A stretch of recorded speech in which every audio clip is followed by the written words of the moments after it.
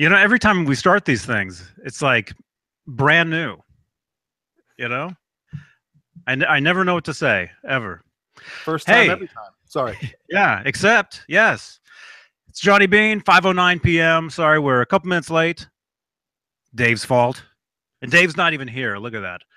11:15, 2017. We got Jay Hannon, 7/8. Hi. Hey, man. I liked your microphone, man. Thanks. Maybe it's actually being used this time. Yeah. Oh, yeah. Oh, yeah. You sound much better. Yeah, that's great. All right, cool. Yes. And Gary Hey, Housley, U.S. American made guitars. In the flesh. Yeah. He talks all about U.S. American guitars, Yeah. but he's wearing a Zildjian t-shirt. Maybe, do they make guitars? Maybe they do. Do who make guitars? Zildjian. Oh, I like to play the drums too. Oh, well, hey, even Yeah, I play better. the drums, I play the bass, and I play the guitar, and I play keyboards. Awesome. So Awesome. yeah. Awesome, man. I wish I played drums. You know, I can play a little bit. I've owned 2 drum sets in my life. So I've played, you know, here and there, but I wish there was a set of drums behind me here. Somebody send him to his Dropbox or his PO box. Yeah. Yeah. Hey, I got something to show you, Johnny. See if it sparks an interest in your brain. I like to read magazines, and do you remember this cover? Yes. It's funny. I remember that cover, although I never bought that issue. You didn't get this one? My bad. I know. I'm terrible. I read it at a Safeway. I read it at a grocery store. I remember when that came out, though. I was living in I think it was Piedmont. Yeah. Oakland area. I would have been 2007-ish. Is that what it says on there? Yeah, this is old. 2007. I had to collect it though because that had Eddie on it with his son. Mm-hmm. And that was kind of rare back then. Mm-hmm. Mm-hmm. Yeah, that was when Wolfgang first joined. Yeah, but don't you think he could probably, I mean, I think he's got a girlfriend, but don't you think with the long hair he looks better with the long hair? Well, I'm jealous of anybody that has hair. In general. He looks more rock star than his dad there. I agree. I know. What's funny, if you look, Eddie has short hair and Wolfie's got long hair in this one. That's cool. That's cool. Isn't that that's one where it has a picture of them backstage, right? Yeah. Like tuning up, and you can see they're using Line 6 amplifiers. Maybe.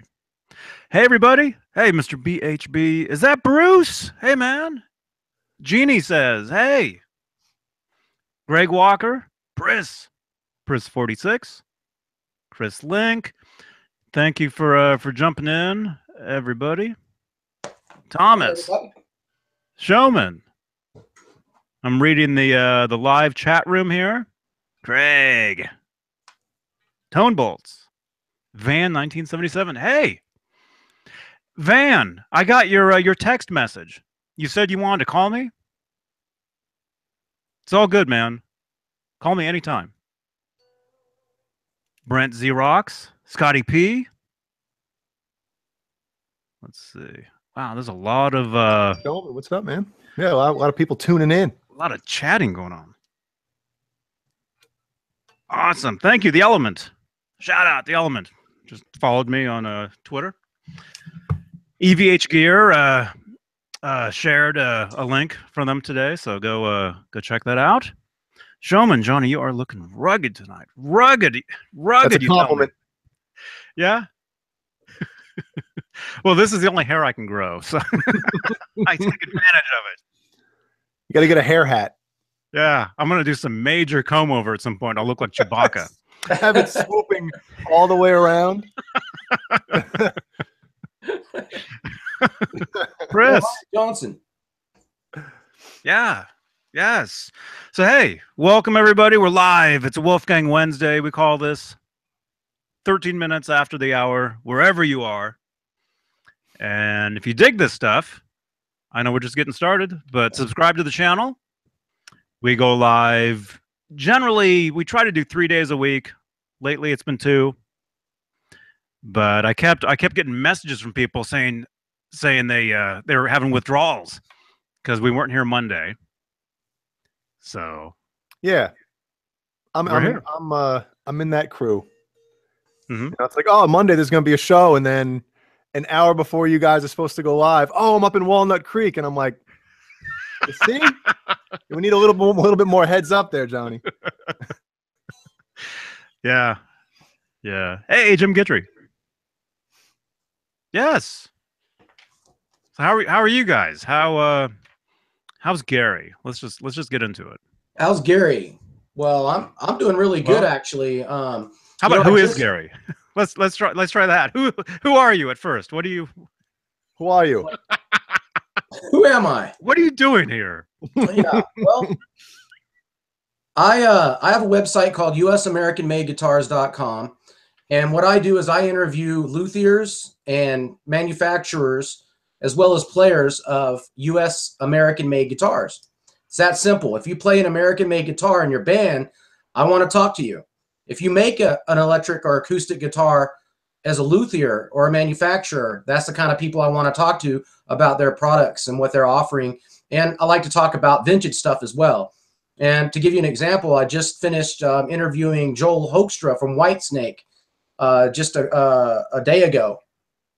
And right before him, Michael Sweet. So those are kind of the players that I talk to. And then there's builders like Tim Reedy and Virgil Mandanisi or Mandancini, I think. I don't know. He's got a hard Italian last name, but Virgil's Guitars. You know, those are the kind of guys that I talk to that are making stuff right here in America, which is, it's not easy to do. It's really tough. And so they need support. And I kind of look at myself as, you know, a little part of that lifeline. Very cool. And look at what I have here. A U.S. made guitar. How about that? Yes, you do. American made. Nice. That is sweet. The last time I seen that guitar, I'm so jealous.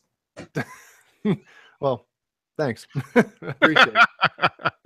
What do you think of that? I mean, is that high quality or what? It's great, especially when it got Nesdalled, as we're calling it. I sent it to him because I couldn't get it right. I'm used to setting up like Ibanez guitars, and I just wanted somebody to be able to, that was experienced with these things, to really set it up right. And he did a phenomenal job. And it's like getting a new guitar twice. You know, I got it, played it for a little while, sent it up to him, got it back again. It's like a new guitar. So it's great though. I love it. You should. It still has the black tooth though, the missing tooth. Oh wow. Yeah, I don't know if you heard, but Dave, he put the titanium string blocks in, and one of them didn't fit. So EVH is sending me out a new saddle for the D string. So it's all going to be, everything's right with the world. It's going to be fine. Beautiful. Yep. Beautiful guitar. It is. Yeah, you're the kind of guy, you know, if you were in a band and you were making music and that was your guitar that you were playing, you know, I'd be hitting you up. I'd be knocking on your door saying, hey, what do you think about this product, and getting into detail. And then everybody would be like, who's that? You got Michael Sweet and then Jay Hannon. Yeah. Well, it's funny. You got on my website, it's kind of funny. You got Johnny Beane right there with Michael Sweet. So, yep. You know, but they fit in if you ask me. You know, they're equals. Yeah. Don't give Johnny that much credit. And, you know, as far as about me and stuff, I'm a veteran. I'm a disabled veteran. And I'm retired, so I don't have anything better to do than this. Well, thank you for your service. I try to think of an idea, you know, and this is what I came up with. Cool. Well, thank you for your service. You're welcome. Mm-hmm. You know, I'm into a lot of things too. I like to read magazines and do research and stuff like that. And I got a little bit of show and tell for you guys that I thought was neat. I found it at the store. It's a certified copy. Of a book that was published in like 1978. Mm-hmm. And it's this guy. You guys remember this guy? I think we do. Oh, of course. Yeah. By the way, Nesdal wants in. What do you guys think?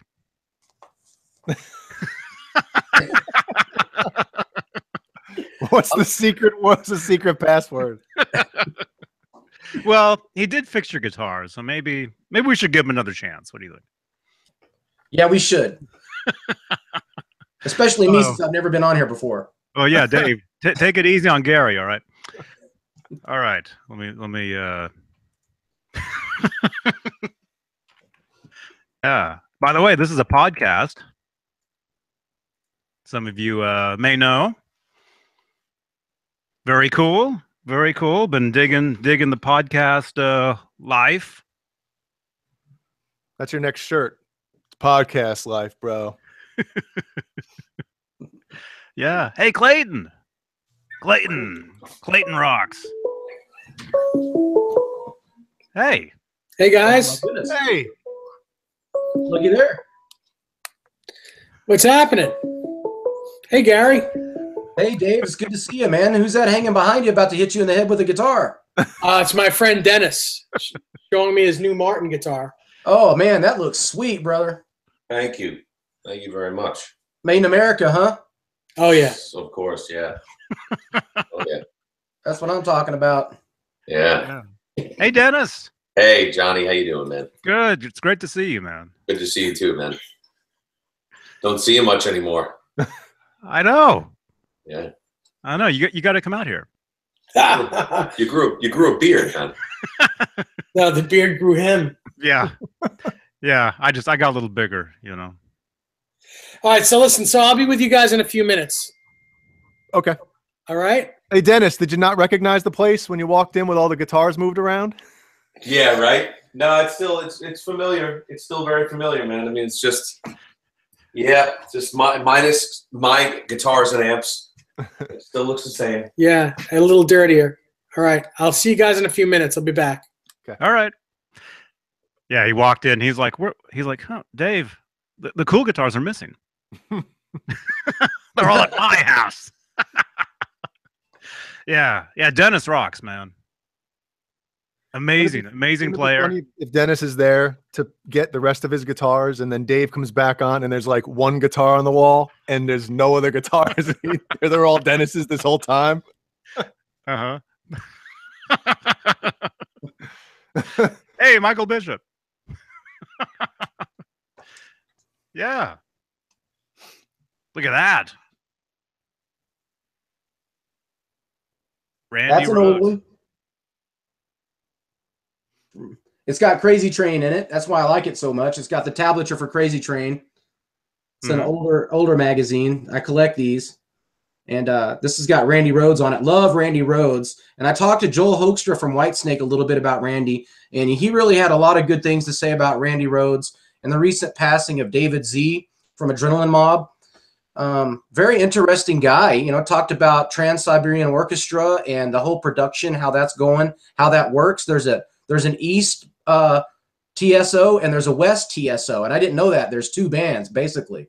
And one takes care of the East Coast of America and that side of the country, and the other one takes care of the West side. And they just sort of, I guess, tour around those areas. I didn't know that. Yeah, I didn't know that either. I didn't know there was two different. How long have they been doing that for? Oh man, a long time. I know. I don't know exactly what the years are, but I know I was looking at a video done like 8 years ago. Because me and my wife, girlfriend at the time, we saw them in 2004 in Albany, New York, Trans-Siberian Orchestra, and it was awesome. It was really cool. But I didn't know that they had. I don't know if they were doing the two different bands then, or if that was. Oh yeah, they do that. They got a West unit and an East unit, and like Jeff Scott Soto is the singer for the West one. I don't know who the singer is for. You know, I mean, he's one of the singers. There's like 10 of them. So they've got multiple guitar players, multiple singers, you know, multiple stage sets, you know, and they at the same time they hit the country at the same time because they have a limited amount of time to do these tours in the holiday season. So they've got two productions that hit it all at once, so that everybody, you know, in the country, pretty much wherever they tour, has a chance to go see them. Gotcha. It makes sense. Yeah, and it's an awesome show. It's holiday. Oh, it really is. It really is. And I'm sure it's gotten a lot cooler over the past 13 years since I've seen it. Well, yeah, I mean, look who the guitar players are. I mean, you've got Joel Hoekstra and Reb Beach. Mhm. I mean, you've got monster guitar players from Whitesnake, doing this thing too, and you've got an orchestra behind it. You can just imagine. And you had that great bass playing guitar god David Z. Mhm. Unfortunately, he played bass with the Soto band, Jeff Scott Soto's band as well, and he got killed in a car accident, unfortunately. Yeah. And so. But he played, he was just a monster bass player. I don't know who they replaced him with, or I think he was on the East unit with Joel Hoekstra.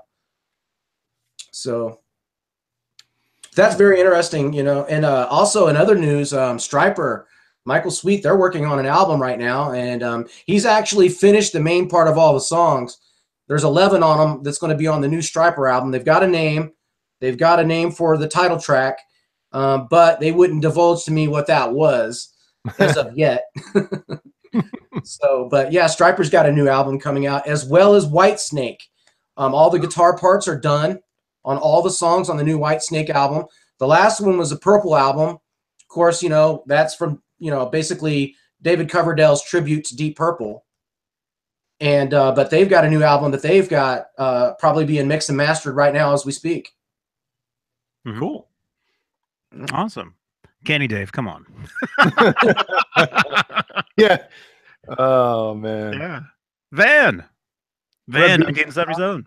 Top underrated guitarist. I think if you're talking to guitarists, that's not even considered, but I would never consider him underrated, but that's just me because I play guitar. So I know how good he is. Mm-hmm. Oh, I had those albums. I still listen to Winger. Those first 3 albums, man, are really, really, really good. I never got the third one. I had Oh. the first one.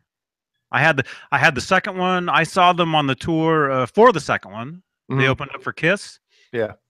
And I actually got to meet them before the show. I gave I got to meet Winger. I didn't get to meet Kiss. Not yet. Anyway. But I gave Red Beach some of my own custom guitar picks at the time, which were generally all it was it was just a guitar pick with a little star on it. Those little stickers, the little foil stars, the red ones, the gold ones, the green. My picks were Fender mediums with a star on it. And I remember giving Reb one of my picks and him looking at it and being like, He's like, who are you? He's like, oh, this is cool, man. Well, I was just, I was this tall, Hey, RMG 471. What's up, dude? Yeah, I saw Winger at the Chance in Poughkeepsie. I'm trying to think how many years ago it was. It was probably 2002, 3, something like that. And they were killer. And we met them after this show. Me and my brother went. We met them. And they were cool, just down-to-earth guys, Yeah. Mm-hmm. Yeah, when I saw them, it was 1990. Mm-hmm. I think it I was. see you saw him in the heyday, man. Tight pants and all. Was Reb wearing the cowboy hat? I don't know. And the chaps? He was wearing that stuff for the home video. Yeah, oh yeah. I had the home video. Yeah. Yeah, he had some cool guitars then, man. The Ibanez. Mm-hmm. Ibanez guitars. So Craig said he lives at the Chance. Craig, do you know like Butch Jones and what's his name? Why can't I think of his name? And Chuck, I can't remember his name right now. Chuck, the old bouncer at the Chance. They're good friends of mine. Cool. Yeah, Michael. You guys have seen that meme going around? It's a meme it's a picture of Winger, and it says on it she's only 47. Yeah.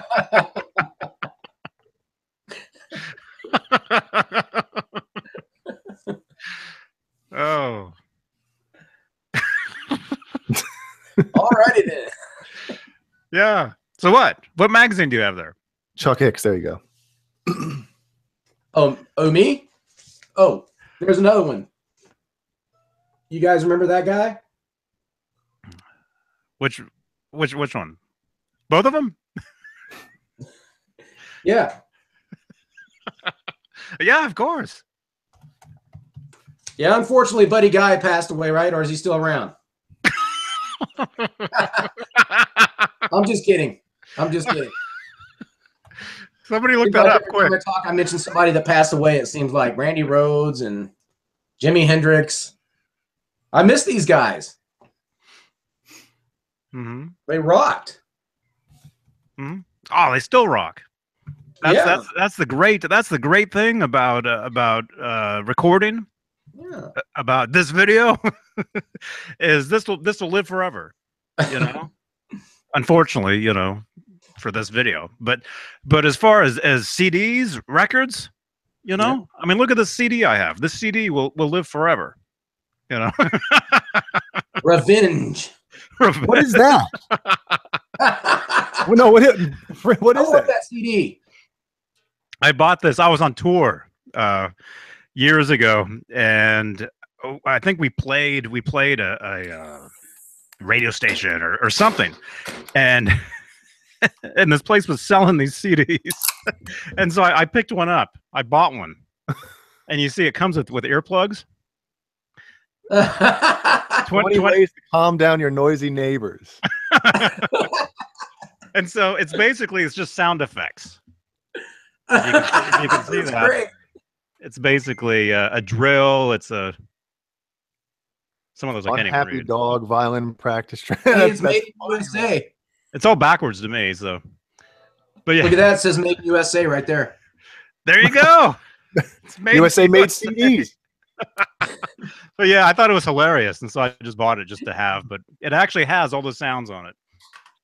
But anyway, you know, that's the cool thing about CDs is everything will live forever. And I'm blurred. And there's Dave with his hoodie again. He's back. Hey, Dave. There. How about that? Any better? RoboCop. RoboCop or what's the not Butthead, the other one? Beavis. Beavis. Cornholio. Yeah. You guys Yeah. ever see one of these? No. What's he These holding are, up, Johnny? These are fretboard protectors from Neck Illusions. And they're little stickers.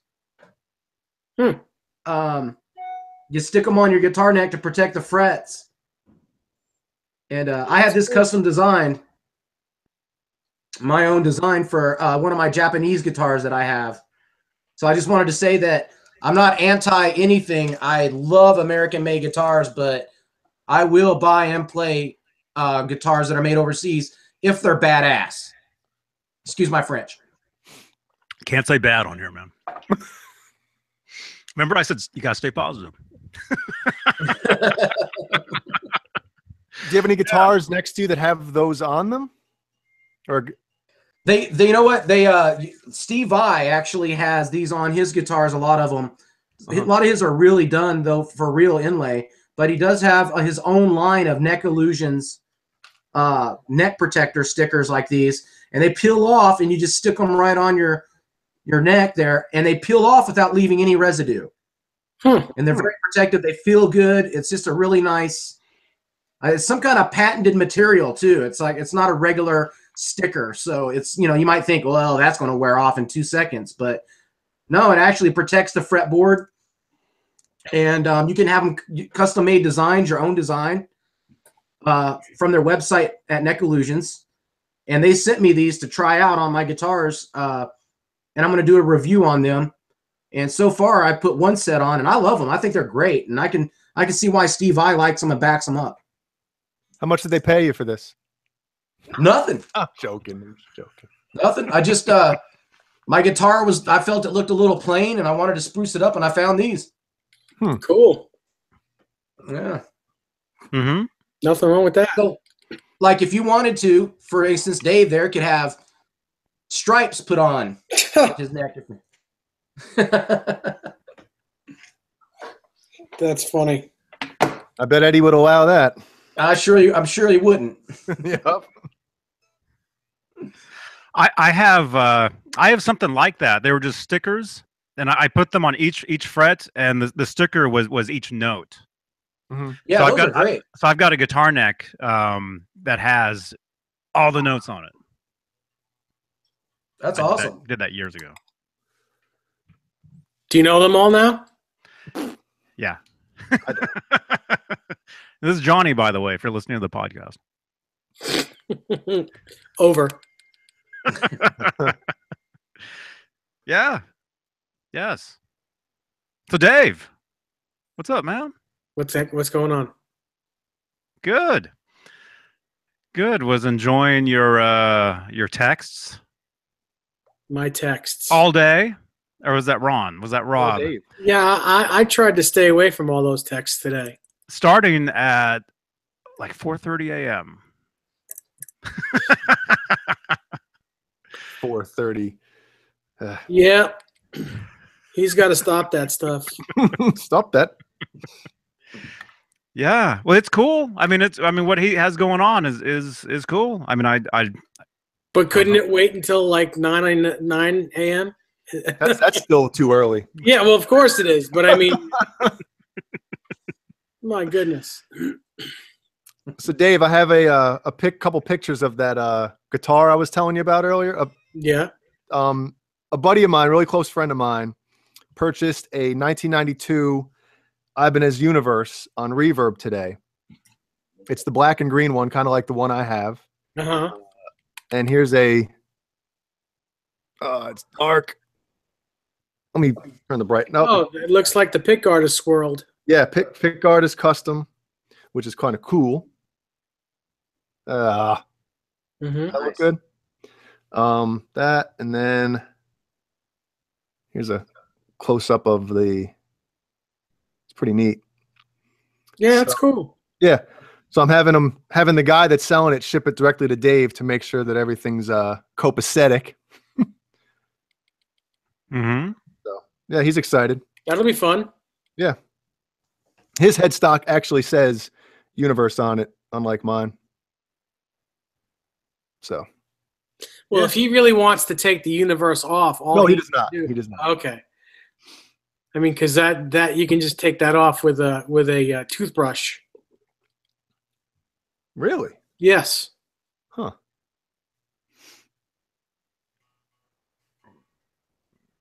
Podcast. I'm holding a burp in, so I'm hoping somebody says something quick. Burpcast. Pod burp. So Gary, man, thanks for doing all those things for Johnny, and I've been watching him. I've been looking at all those photos that you're doing. It looks great. Oh yeah, you guys are welcome, and it's just a process where you kind of start out with, and nothing ever ends up the way it starts out when you're making graphics, and so it's like you need direction from I should say direction from Johnny, and he was able to give me some, and we talked back and forth, and the graphics. I mean, thank you for the compliment. There, it's coming along, and the final product, I should say, it'll look killer. Cool. Yeah, you guys deserve that. I mean, and like I told Johnny, I'm not charging $75 an hour to do graphics for people. I'm, if I like you and I want to help you, man, I'm retired, so I have fun doing it, and it's great, man. I mean, I love chopping up pieces of guitars and making a banner out of it. It's just, I took like the kill button off of the one of these guitars, like the one behind. Well, I don't know if that's a kill button or not, but like that guitar behind Johnny, that Wolfgang there was a kill button on it, and I used that as part of one of the elements in the graphic, and I used the guitar fretboard and just different pieces like the trim and it, just to make little decorative pieces on the borders of the banner itself, and it's just fun to do. So you guys are actually providing something fun to do to a retired disabled veteran. I mean, I need to do things to keep my mind steady. I mean, if you live a sedentary lifestyle, your mind's going to be one of the first things to go. So I keep it busy. Don't I know? I know. So, and helping people is one of the ways I do that. There's lots of different ways I help people, and that's just one. And it's a lot of fun. I totally dig it. And I also dig collecting magazines. Before you got on, Dave, I showed off a few of my magazines that I have from Guitar World, one of my favorite magazines. You guys remember this guy? Yep. Oh yeah. So I like to collect the magazines of the guitar players I like, and and a lot of times they put these guys on that have passed away, and I'll collect those issues too. Especially if I really like the artist and they get killed or something like that. That's really sad, but I want to remember them. So I try to collect memorabilia. Like I showed off the Hendrix book from 1978. I've got a book from 1978. You didn't get to see that. I'll show it to you. This was done in 1978. And inside of it's just rare pictures and stories. That's from amazing. back in the day. And some of these pictures I've never seen before, man. I mean, it's got some pictures in it that are very rare that I just have never seen in any video or any documentary. Wow. So it was done not too long after his death, so I figure that's probably why it has a lot of information in it, because it was available at the time compared to now, Sure.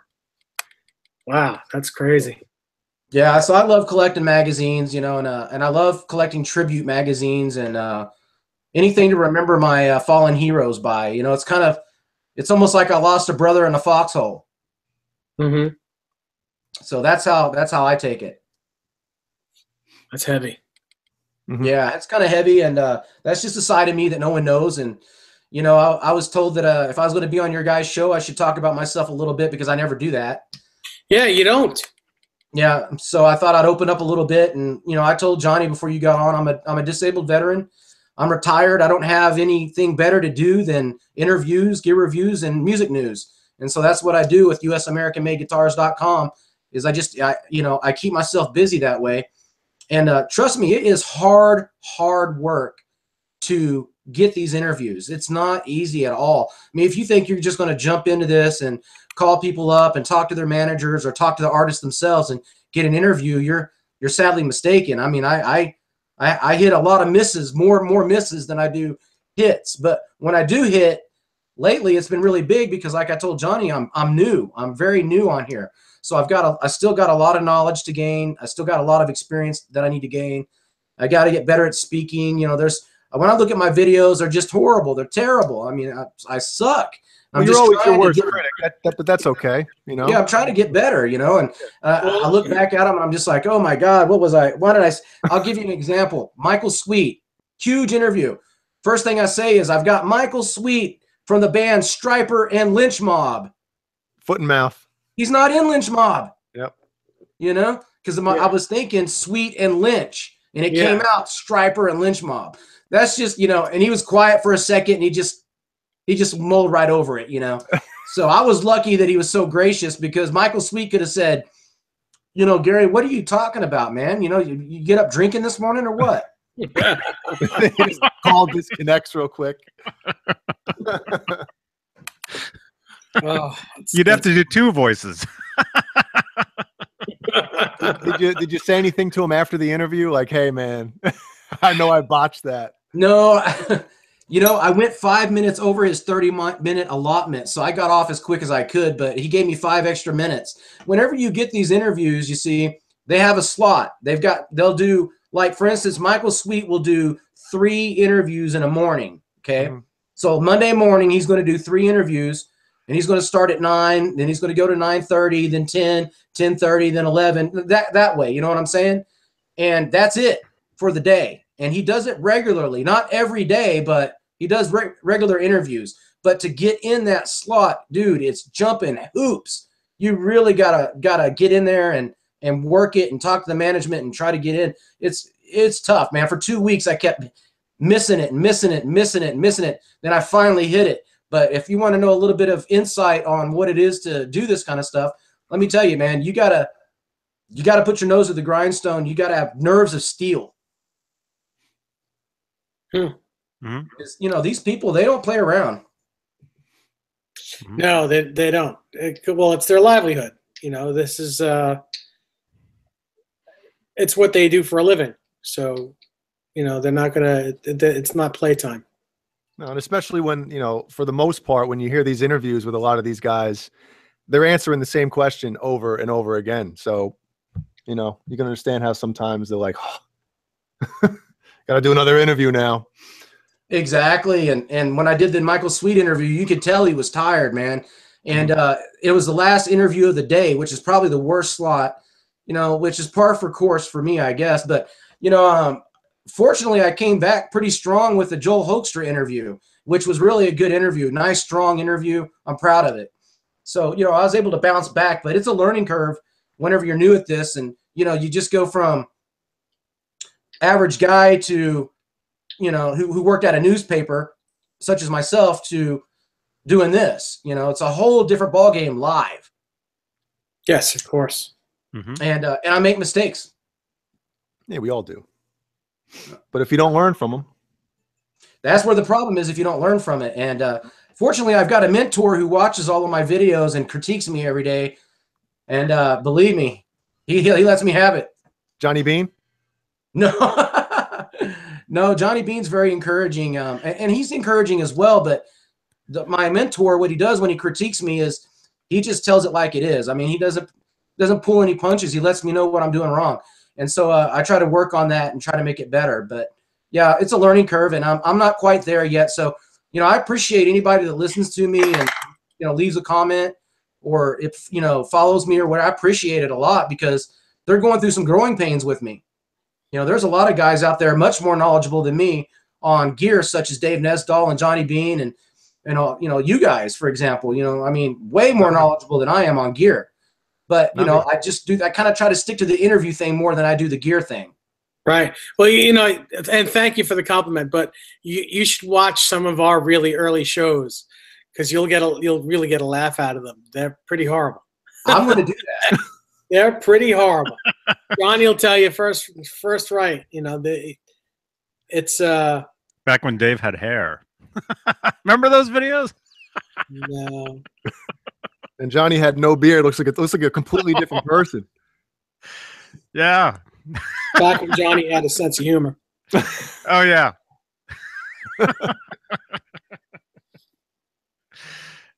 Yes. Yeah. They were really bad. Now they're not so bad. They're still bad, but they're not so bad. Yeah, they it's just the I was kind of telling you this the other day, the pacing, we really worked up the pace of doing this kind of thing and didn't really pay so much attention to the echo in the background that I'm hearing. Are you hearing echo now? Echo. I just did. Let me look for somebody's green lights. Echo. I hear it on you. I see it on you. Oh! It's a podcast. Well, that's the thing now with the pacing. Now you really have a little more pressure with the podcast thing. I know. Although I can just, like you were saying the other day, I could just edit all that. Yeah. I actually did. There was a oh, don't tell anybody you're editing stuff out. Would you edit everything that Rob set out? The show would have been 20 seconds long. I actually edited out something that Dave said. Really? Actually, it wasn't something you said. It was I don't know if I even put it up yet. It was the one where no, I don't think I even put it up. It was the fart? It was gross.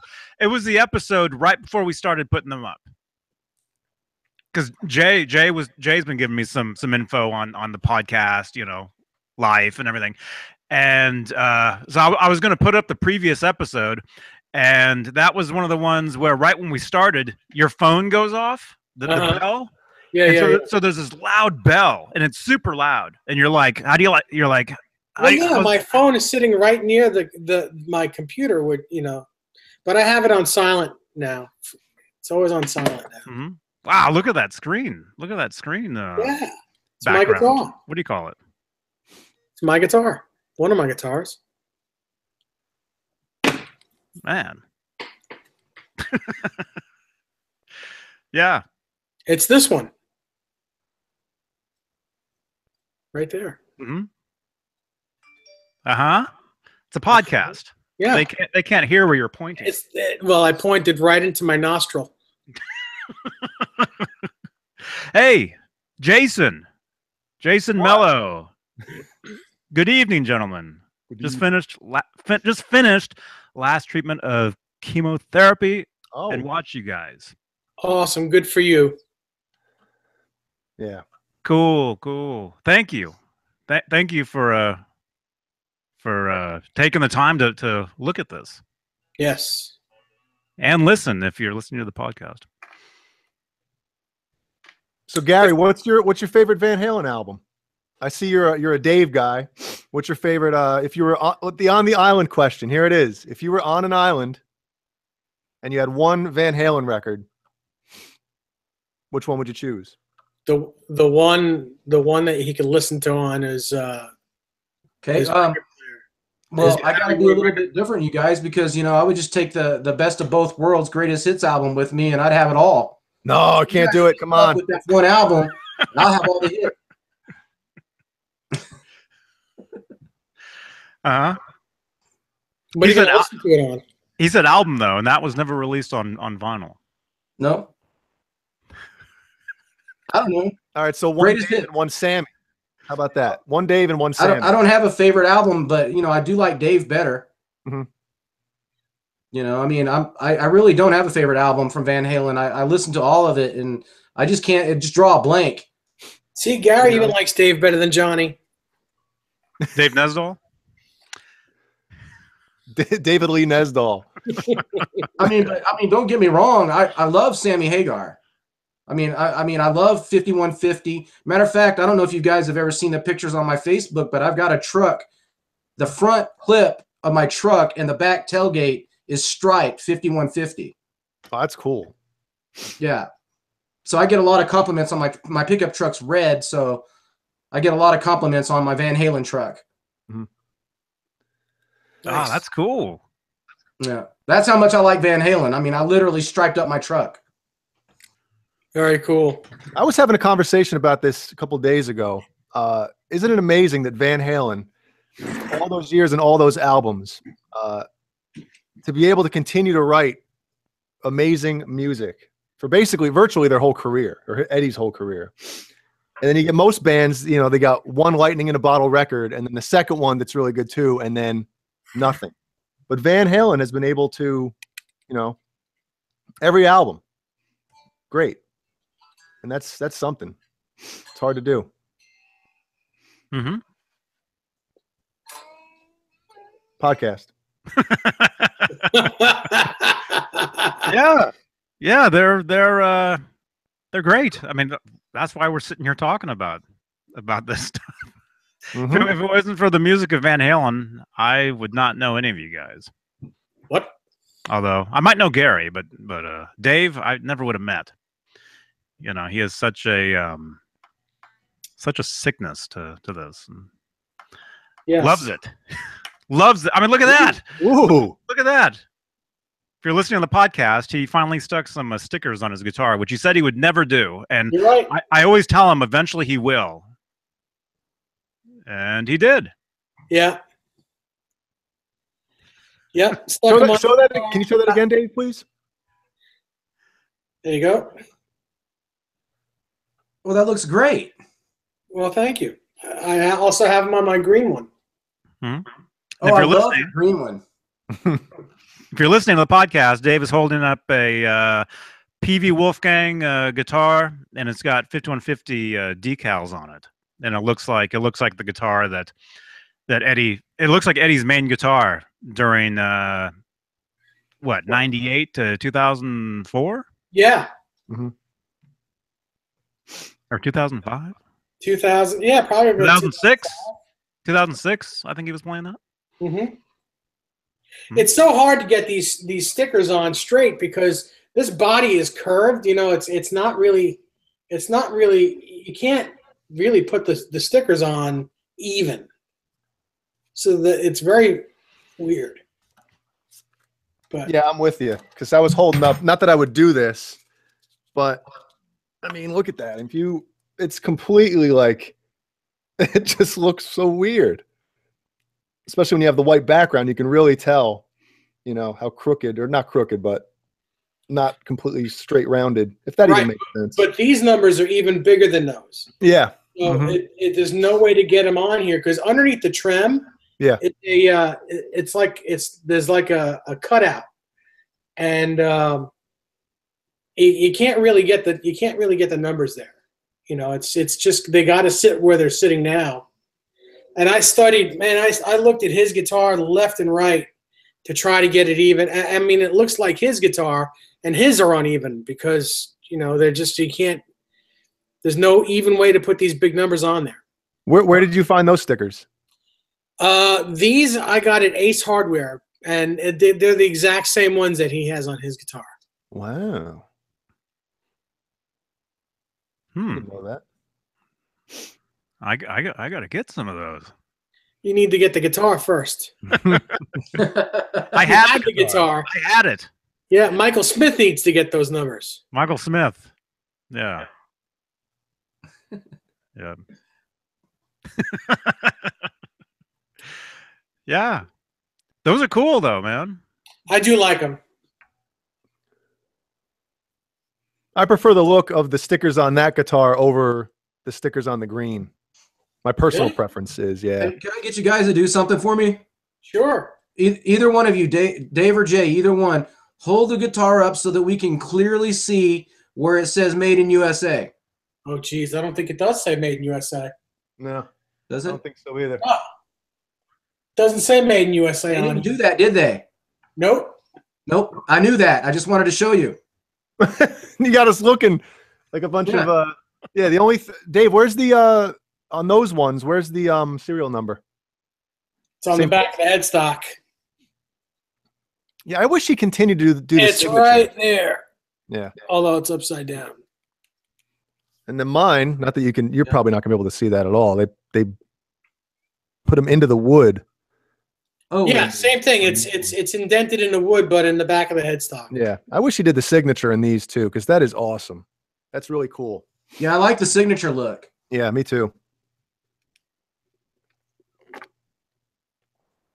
Oh, so Bo Zeke thinks I should put the 5150 stickers on this. Oh God, no. No. Yeah. But see, watch. Edward will do that, and then Dave will he'll I'll jump be the right on it. trendsetter. I'd have to buy the guitar first. Yeah, it does have the red kill switch, Bo Zeke. Yep. Yeah. See, I took when I made that graphic for Johnny Beane, I took that kill switch and used it as an element in the graphic. It's killer. It's on his Johnny Beane, guitarist Johnny Beane Facebook page. It's the banner. I've been working on it with Johnny. We've been going back and forth. We'll get it perfected, but it's looking pretty good right now. Mm-hmm. Mm-hmm. Very cool. John BL asks, Dave, Ed had a strange tailpiece on that guitar. It stuck out from the lower strap button. What was the purpose of that?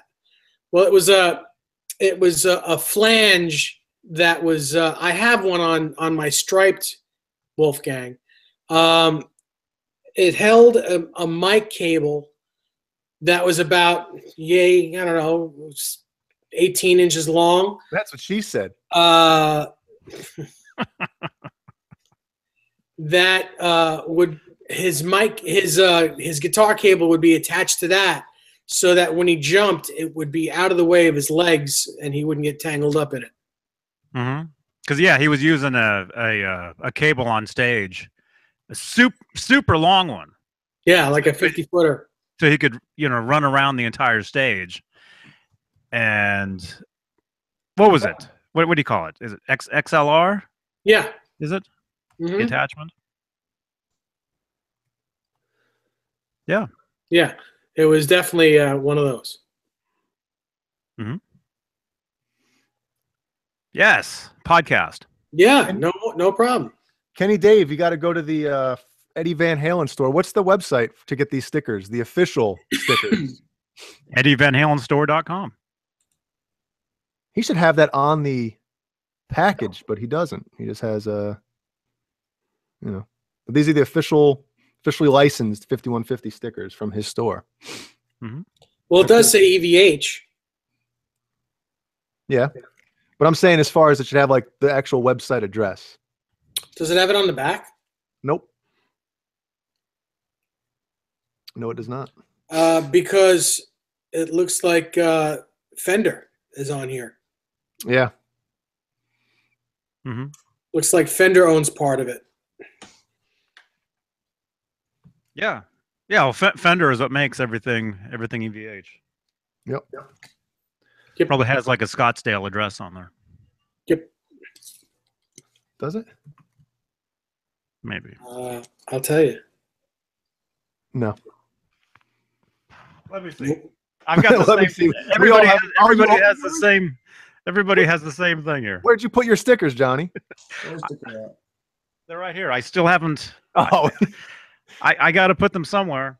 I can't decide either. I'm like, man, where do I put them? I'm just gonna have to order like 10 sets, and Why then don't you just make a 5150 guitar and get it done and put them on? Hey, I pick up my Wolfgang 51 or not 5150, Wolfgang striped red and black one. No, on Monday. I pick it up Monday. How about yeah, but putting it doesn't on that go one? on that guitar. Oh, they're going to. It should go on a 5150 guitar. Well, eventually, you know, maybe I'll. But I might put them on that, the Wolfgang, and then Okay. send it to you to have it set up properly again. Oh, all right. And then you'll send it back, and there'll be no stickers on it. No, there'll be stickers on it. Just a Blasphemy. bunch of other stickers.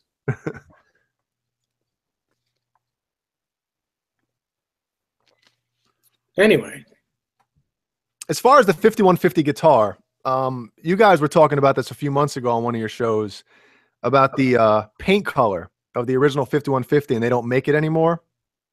What was that color? it's called Sunset. Sunset Orange. Say it again. Go ahead, Johnny. Sunset. Orange. Sunset orange. And what's the closest color that you can find to that? Duplicolor Chevy Orange Red. That's cool stuff that you guys actually know that. Yeah, well, you know, when you build as many as these things, you get to know the colors they're supposed to be. And did you use the original color on yours? The sunset orange? Mm-hmm. Cool. Yep. 51 viewers. 23 thumbs ups. We need 50 thumbs ups to go on with those 51 viewers. Yeah. I'd like to get 100 thumbs ups, please. You want to go for it? I'd like to. Want to go for that? We did it once. I know we did. We did it once. We got 100 thumbs ups on a video one time. I mean, it took 8 hours. No, it didn't. The marathon episode. We're going all night. Jerry Lewis. Well, we Was- have was 25 back there? now. Or is it 26? 26. 27. Come on. Let's get them up there. Yeah. Take those 3 other ones and turn them around.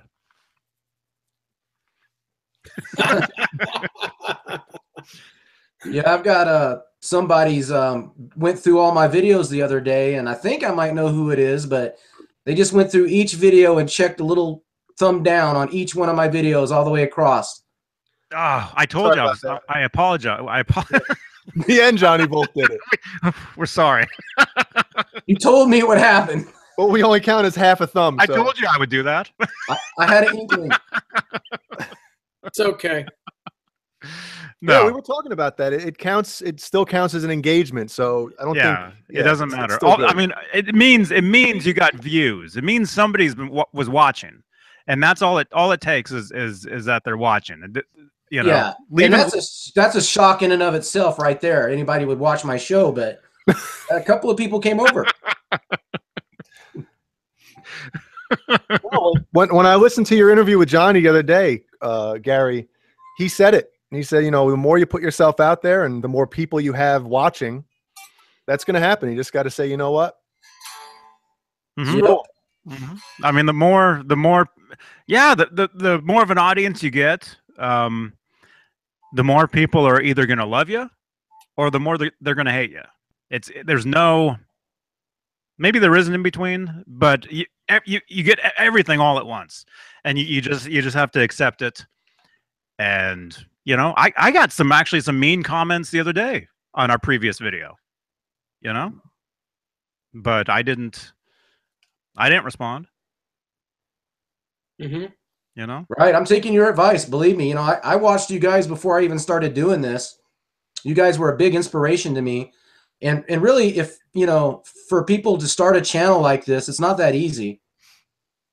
And you really need to do some research. So I looked around to see what people were doing, and I seen you guys have a good flow. And I really appreciate the back and forth between you and Dave, and the knowledge and of EVH and all that goes with that, because I'm such a big, huge Van Halen fan. And I get that need for information fed every time I watch you guys. It seems like I hear something new that I never knew before. Yeah, I'm with you on that. I feel the same way. Yeah, so it was encouraging to me. I thought, well, hey, man, maybe I should try this. And now that I'm doing it, I'm like, oh my God, what did I get myself into? Yeah, it's a lot of work. It's a lot of work. Mike Busey has a great question, and he asked me, but we can all answer it. And it's not an easy question to answer. No. So it says, Dave Nesdahl, best bass line of all VH songs, in your opinion?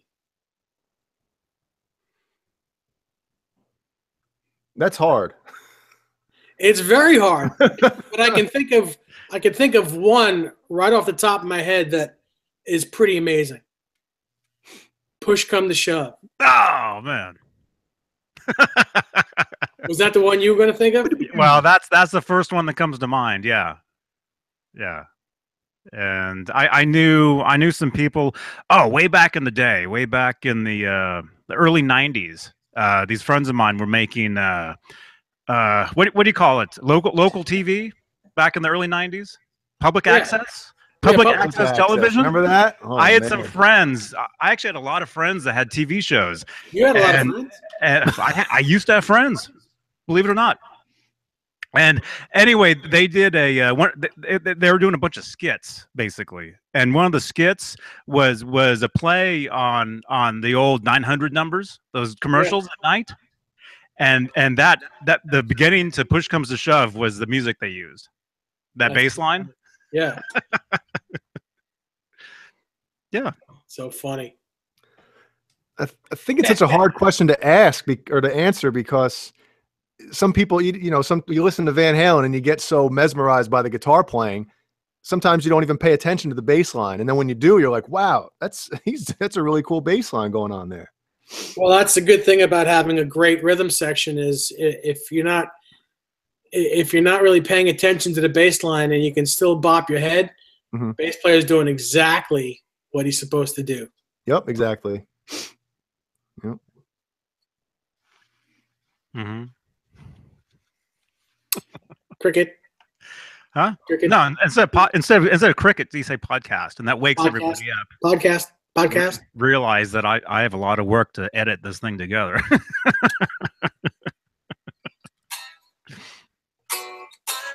Yeah. Never mind. What? I was going to ask you what guitar you're playing, but I already know that. What guitar are you playing? Yeah. I'm playing a Wolfgang Wednesday guitar. There it is. I got mine out. You got yours out. Oh, yeah, it's Wolfgang Wednesday. Isn't it Whip 'em Out Wednesday? Isn't it Whip 'em Out Wolfgang Wednesday? Ooh. Whip. Uh-oh. What do you guys think about Phil McKnight's point of view on that Peavey that's sort of like a Wolfgang? Oh, the HP2? Yeah. I haven't seen that yet. What did he say about it? You don't remember? Did he say it on our show, or did he do a review on it? I think it was on your show. But anyway, he talked about they're like $1,500. No, they're more than that. He must have said it here because they're $2,000 street price. Isn't that for the ones with the certain kind of paint or color that are more expensive than the one that is regular? Well, yeah, if they have a flame top. If they're translucent colors like this, they're $2,000. If it's a black one or a white one, I think it's $1,600 or something like that. Yeah, that's what I was thinking about. And the price point, though, being so much better than an EVH is a little scary. well, they're not the same guitars though. They're slightly different, but they're great guitars. They're really great. They look good. The what I do like about them is that the coil splitting, which the EVH brand does not have. Not yet, at least. Not yet. Yep. You never know. But at the moment, they don't have it. But yeah, they should come out with some more trans colors and do the split coil and kind of, I think, stay competitive. That's the thing about America, is the competition is what drives success.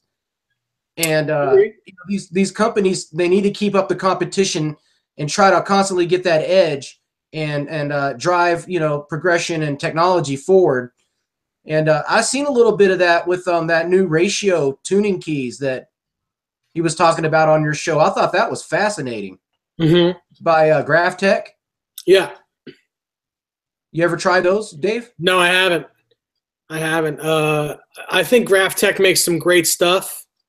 But what I do when I make a guitar is I try to make an exact, either if it's a replica style guitar, I make it as close to the original as possible. Or if I'm making just a Strat or, a regular something, that's not necessarily a replica, I try to use period correct parts.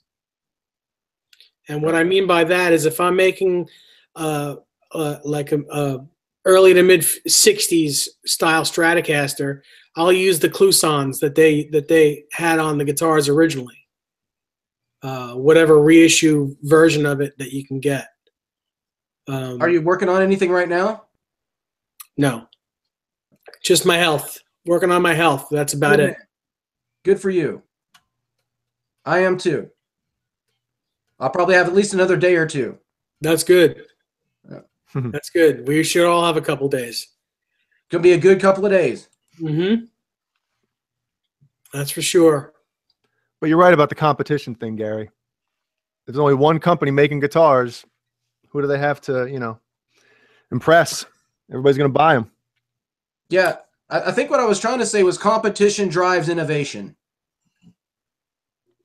And that's what we need, and America's good at it. But we got to get better. Our situation here in this country has got to get better. We've got to get better with in a lot of areas, but I'm just going to stick to the guitar area here. With all the problems that Guitar Center's having, with all the problems Gibson's having, there's even more so with the luthiers in this country that are, the mom and pop luthiers. And it's a struggle. And the competition with China is just driving them crazy. And so, to turn out a quality instrument in America, it takes a lot of blood, sweat, tears, and guts to do it. And so that's why I push for it is that, yeah, they're a little bit more expensive, but the more people that buy them, maybe that expense will come down. That's the positive thinking of it. So I promote American-made guitars to the hilt. I agree with you. Manufacturing. I agree with you, but I don't really want to get into this type of debate. But I will say that I don't care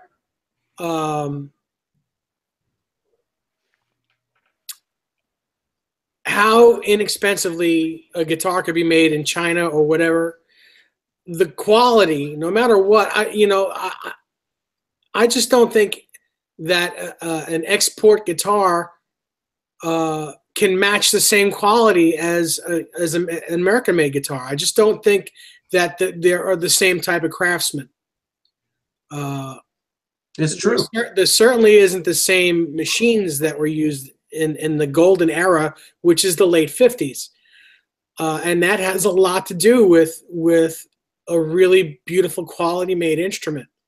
Those old tools, the older guys that made them back then. Well, they weren't so old back then. They were younger back then, but just the way the tools they had to use to make these guitars back then and the way they make them now, I'm just saying reissue stuff like Gibson Custom Shop. I'll just use them as a instead of a blanket statement because everyone still uses a CNC machine these days.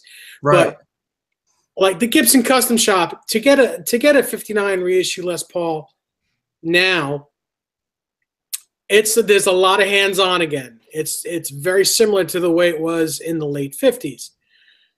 And that's why those prices of those guitars are so expensive, because you got someone's hands on them all day. It's not, it's not just press a button and the guitar is made. Mm-hmm. That being said, I still think they're a little too expensive, but I don't think that an American-made new Gibson guitar should be $10,000. I just don't think it should be. I think $3,500 for that guitar is a very fair price. I do too. It's still a lot of money, no matter how you look at it. If you're looking at $3,500 in cash, that's a lot of money. Yes, it is. For everyone. But I just think that I went off the point I was trying to make. I've never seen a high quality guitar come out of China or Japan or Indonesia. I've never seen anything like that. I don't know I'm sure anyone can do it if they really wanted to, but I've never seen that. So I've only seen it from America. That is correct. Or there's a lot of luthiers out there that turn out some really nice stuff, but they spend 1,000 hours on the single instrument. Yeah, but again, mostly in America. Mostly. Or Germany, or but places like China, Indonesia, all those places, Taiwan, all those places, you don't really see that at all. No. But I appreciate that these companies are still doing stuff here in America, like Fender and Gibson. I'm really proud of those companies. Just to name a couple, but there's many companies in this country I'm so proud of, and I'm glad to see PV trying to do something in the States again, aren't you? Yeah, sure. That's good news. Yeah. I can't wait to get my hands on one to actually play one. I'm sure they're great, and I'm sure they're every bit as good as this one that's here. And this is only just a few years old. I don't know about that.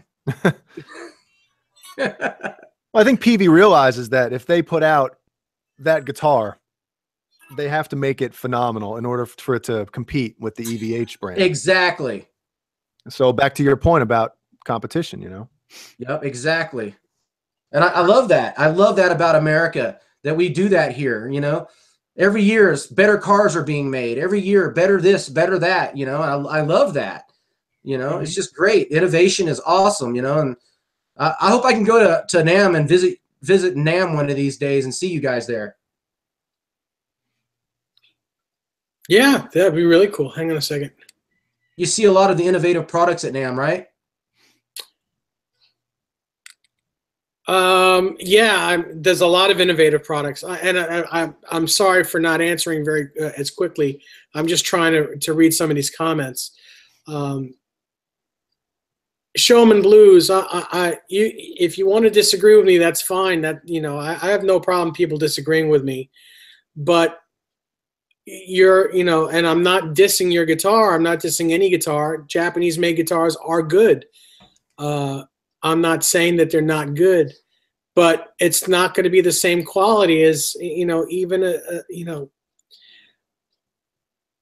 you look at a John Suhr guitar, and personally, I don't really like the way they sound. They sound a little sterile to me, but the quality of the build is second to none. They're amazing. Paul Reed Smith guitars, beautiful, beautiful, amazing guitars, amazingly built, they sound great. All these American-made guitars, and yes, they're a lot more money than the Japanese-made Strats. And again, I wasn't putting that guitar down, but it's not the same quality. It's just not. Yeah, I'm with you. I don't want people to misunderstand the point that I was trying to make either. It's not dissing Japanese guitars. I own a Japanese guitar myself, and I love it. It's a Charvel Charvet. Made it was made in Japan in 1980 or 1980 something, 1987, 89, somewhere in there. And it's a great guitar. I mean, but it can't compare to a USA Charvel. It doesn't compare. I mean, I played them both, and it just doesn't compare. But it's a great guitar. It's a rare guitar, Model 250, HSS pickup configuration, maple neck. I mean, it plays like a flat neck. It plays like a dream, but it's still not as dreamy as some of these American models from the same vintage. That's just how it is. But I love my Japanese guitars, so don't get me wrong there. Right. And Bozique, I understand that you're saying that you've seen some Japanese and some Japanese stuff from ESP and Ibanez stuff that are better than American-made guitars. Even a broken clock is right twice a day. It's just is what it is. There are some great guitars. There are some, Squire guitars that are incredible, great guitars. There are some that are really horrible. Yeah. And that's just the way it is. So I think the building standards have changed as well. I mean, like I told you before about my 91 Universe, it feels like $1 million, but they don't make those guitars like that anymore. Right. It's a Japanese guitar, but if you got a Japanese Ibanez Universe now, comparing it to an early 90s one, it's just not going to feel anywhere the same. I agree with you. Listen, a 1986 Squire Strat, one of those big headstock ones, those guitars were fantastic. The made in Japan Squires from 86. They were, people pay $500, $600, $700, $800 for those now. For a Squire. Yeah, for a Squire. They're great guitars. But you buy a Squire guitar now for $150, and because that's what it was back then. That same guitar in '86 was $150. Yep. The quality between '86 and now is night and day. It really is. And Jeannie asks, you knew a difference in your two EVH guitars, didn't you? Yeah, the striped one compared to the US. Yeah, the Mexican made striped compared to the USA one. Yes, definitely. Definitely felt the difference. Absolutely. What do you say, Johnny? What? Mr. I won't take sides. I've been gone for like 20 minutes. Had to feed the cats. It never fails, Johnny. Anytime I, get into American-made guitars, comparisons never fail. I mean, the conversation always comes up, America versus this or America versus that, and that's not what I'm about. I'm not about versing anything. I own foreign-made import guitars, and I don't like them as much as my American-made guitars. That's just me. And I'm a retired disabled veteran, and I'm doing this as a patriotic thing to support my country and to support the manufacturers, builders, and luthiers inside of America. That doesn't mean that I think we're the best and we're better than everybody else and everything. I'm just looking at what I know. I have foreign-made guitars. I had American-made guitars to compare them to, and that's just my experience. There's probably guys in here that have had a lot more guitars than I've had and have compared a lot more guitars than I've had. But that's just my experience, and that's where I'm at. Yeah. And Showman Blues, just to, I agree with you. In fact, most $3,000 Gibsons are what you wrote. Yeah, I hardly even know what to say about the Gibson situation. Well, Gibson USA should have hung it up a long time ago. The custom shop, the Memphis shop, those, the custom guitars are most of the time really amazing. But Gibson USA has always had a problem. And their Montana, their acoustics, really not good either. Just recently they started making good acoustics. But I remember working at Manny's Music in the mid-'90s, and every $5,000 Gibson acoustic had the worst hump where the neck met the body they didn't know how to build acoustics to save their lives back then. And, you know, and they're beautiful, absolutely beautiful, but they were all broken, all of them. So, you know, it's just because you have a name doesn't mean you make a great guitar. But Right. you know, the custom shop, Gibson custom shop stuff has always been great. As far as I'm concerned, you know, I very rarely do I find one that's not acceptable. Yeah. Yeah, I mean, I'm looking at that guitar in your arms right now, and I mean, the quality is just beaming. It's just beaming. And off of this that guitar thing. is played. Whoever owned this guitar before I did, this was like their only guitar. It's played. It's really played in. It's beat up. You know. Yeah, you can see the quality. It just comes through. You know, I mean, you can stand 10 feet back and tell that that's a quality, extremely well built guitar. You know, then when you play it, plays like a dream, doesn't it? Yeah, it plays really good. That's what I'm talking about. That's what I love about American-made guitars, man. You can set them up, get them right, and you've got a friend for life. You know, I've got some foreign-made guitars that play great. I'll have them forever, but it ain't my first guitar I want to pick up. So about the HP2s, are they going to continue to make those or start to make them?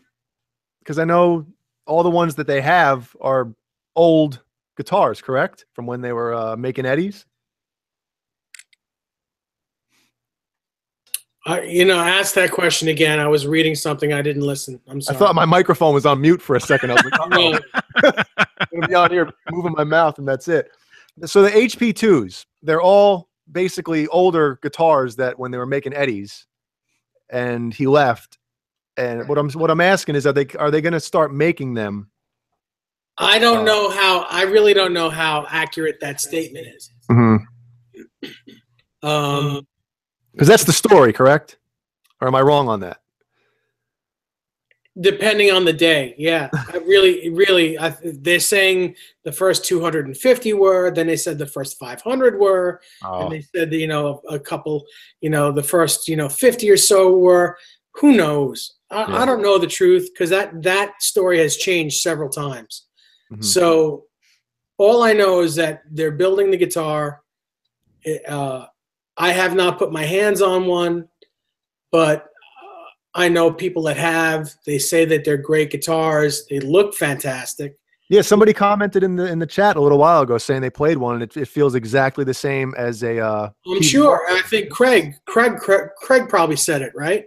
I didn't look at the name. I apologize. Because you know, I know Craig has he has a few of these PVs, these old ones, and you know, I know that he goes to Greenwich Music and you know Joe Suma's place, and I know Joe has a couple there. So the one he's been posting the picture of the blue black one. Yeah, that one and the tiger one, the tiger eye one. They look fantastic. I'm sure they're perfect. Yeah. But again, you know, yeah, Craig says yes, it was him. Look at Mike Busey's comment. Sean Silas, that's who built my guitar. Sean Silas, one of the better USA-made EVHs. Mike Busey says, Dave, is Sean Silas one of the better U.S.-made EVHs? Well, he doesn't make them. He puts them together. He does final assembly. But I just love the guy, so I don't, you know, and I own two guitars that he assembled, and both of them are great. So as far as I'm concerned, yes, but I don't know that you can say he made them. He just put them together. You know, he does the wiring and he does final assembly. Yeah, when I first met Sean, well, actually, I met him at the EVH booth at NAMM. Probably a few years ago at first, and then, but I was getting a tour of Fender. This was what, a couple years ago? Yeah. What, 2 years? Is it 3 years now? 3 years, I think. Yeah. A little while back. Yeah. And my my tour guide took me right up to Sean's bench, and I got to watch him put a guitar together. I think what guitar was he doing? It was the Guthrie Govan. Charvel. Yeah, he was putting one of those together. Yeah. Mm-hmm. Yeah. Sean's great. Great guy. Amazing guitarist. Yeah, he's an amazing guitar player. Really great. And a sweetheart of a guy. Mm-hmm. He built Mike Busey's guitar as well. Yeah, that's what I was just saying. Oh. Shows you how much you listen to me. I Showman Blues. was wondering if I dented my guitar because I just hit it on my desk, but there's no. Well, what happened earlier though? You popped the bar out or something? Yeah, I was putting it back in because I took it out to hold up the stickers on the back, and when I went to put it back in, bam! My microphone got in the way. Oh boy! But no, it's fine. That thing's huge. That's what she said. How do you like that mic? Does it Good? sound okay? Yeah, you sound great. Yeah, until you get right on top of it, and it sounds like a distortion box is on. Mm-hmm. Actually, no. Dave doesn't even know. Remember last week when Jay was on and he was playing his guitar and the sound just boosted all up. Remember that? Yeah. That was the mic on his camera. That mic he's using now wasn't even hooked up. No kidding. Kind of embarrassing. I actually had to go into Google Hangouts and choose this microphone instead of regular system settings. Yeah, I screwed that up. But hey, it's good to go now. Yeah. Cool. Yeah, you sound great. You do. You do. 50 people watching right now. 33 thumbs ups. 34. All right. I see 34. And yeah, we've had like 50 people this entire time. Well, I've got a question for Jay. Uh-oh. Yeah, Jay. What was that? I didn't do it. Hey, what do you got, Jay, Gary? what Sorry is about that alien thing behind you, dude? What the hell is that? Yes. I love that. It's freaking me out. Looks cool, doesn't it? It's awesome, dude. Yeah, I was telling these guys last week when I was on, there's a Spirit Halloween store in Myrtle Beach. And the day after Halloween, they have everything half off in the store. And we went up there and I was like, I got to have that. It's 6 feet tall, that thing. That is awesome. Yep. I'm a big alien guy, UFOs and all that Me stuff. too. Yeah, I love all that stuff. Do you guys listen to Coast to Coast? I do. have, yes. Yep. Mm-hmm. I'm all into that stuff. Who do you like? Who do you like better? Do you Art Bell or George Norrie? Well, Art Bell doesn't do it anymore, does he? No. I think I preferred Art Bell just because of his voice, even though Norrie, I don't know. It's a tough question. Mm-hmm. I like them all. It's a great. I've been listening to Coast for, I don't know, years, 10 years, 12 years. Yeah, Chris, Art Bell was great. Yeah, this friend of mine, his name's Phil Hendry. He had a national radio show for years and years and years, and he does everything online now. But he actually does an Art Bell impression, and he has bits. He has these great bits where it's coast to coast, and he plays the part of Art Bell. And his guest, it's kind of like this show. His guest is always the same guest for every show. Mm-hmm. You know how like Dave's always here. Anyway, his Art Bell. I think they found that funny. Phil Hendry, yeah. Phil Hendry's Art Bell always has the same guest. Asian guys is fun. Mm-hmm. Oh, he always has the same guest, and his name is General Johnson Jameson. JJ? Yeah. And Dave has no idea what I'm talking about. I care. But yeah. Anyway, it's hilarious. If any of you guys know Phil Hendry and his old Art Bell Coast to Coast bits, they're great. So are you a Bob Lazar believer? Because I am. All right. After the show, later on Who's tonight, that, Dave? go on and Bob Lazar. Who's what? Who's what Bob? on first? What's on second? Isn't Bob your uncle? Hmm. Can you say Bob backwards? Yes, Bob backwards. Backward. Hey, Mike.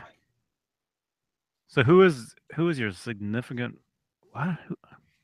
Other's favorite VH singer? I see what you're talking about. I think my significant other. I think her favorite is. I think Dave. I think. My wife prefers Sammy. Yeah, I don't know. Desiree, who do you like? Desiree's not here. Oh. Although we saw we've seen Van Halen with both singers. We saw them in 2004 with Sammy, and we saw them in was it Oakland? No, not Coliseum. Oakland, yeah, Coliseum. With Dave in what year was that? 2012, I think. Cool and the Gang opened. I think we saw that show. Yes. All right. Okay. Gary, I'm sure you've seen Van Halen, right? I have, yeah. Balance Tour, Oklahoma City, I believe, 1995. Mm-hmm. Right around there. I don't know, maybe Dave knows when the Balance Tour was. Yep, 95, 96. 95, 96. So I have April 25th, 1995 Balance Tour ticket right here. Look at that. Yep. Dang, dude, you just busted that out of nowhere. It's in my back pocket all the time. Instead of a picture of my kid, I got a Van Halen ticket stub. How did you do that? That's magic, man. I showed these guys, I don't know, a little while back. Did Collective Soul open for them when you saw them? What'd you say? I said, did Collective Soul open that show when you saw them? I can't remember who opened because I didn't either. I remember Van Halen perfectly well. I had binoculars and everything, man. I was on that. Mm-hmm. And here's the cool thing. My brother was hired as a stagehand to work backstage and work that show. And he don't get mad at me because I'm not the one that did this, okay? He stole a guitar pick out of Eddie Van Halen's case. Oh, that's not a bad thing. So that was him. Who's brother? My brother. Who my is brother that? Jeremy The podcast. worked a gig. The podcast. Eddie people. Van Halen's case was backstage. My brother went up to the case and stole a guitar pick right out of it. There you go. And I had that guitar pick for years, and then someone stole it from me. That's what you get. Well, there you go. Karma. Karma chameleon. We're all karma chameleons. Well, my brother stole it from Eddie, and then I stole it from my brother, and then somebody else stole it from me. Eddie stole it from you. What did the pick say? Because his custom picks back then all had different. It was the VH logo. Was it a yellow one? It was white. Oh, okay. Yep. Maybe it was the Japanese leg of the tour where he had all the different picks that had all the different quotes on them. Yes. He did that in 95, 98, and in 2004.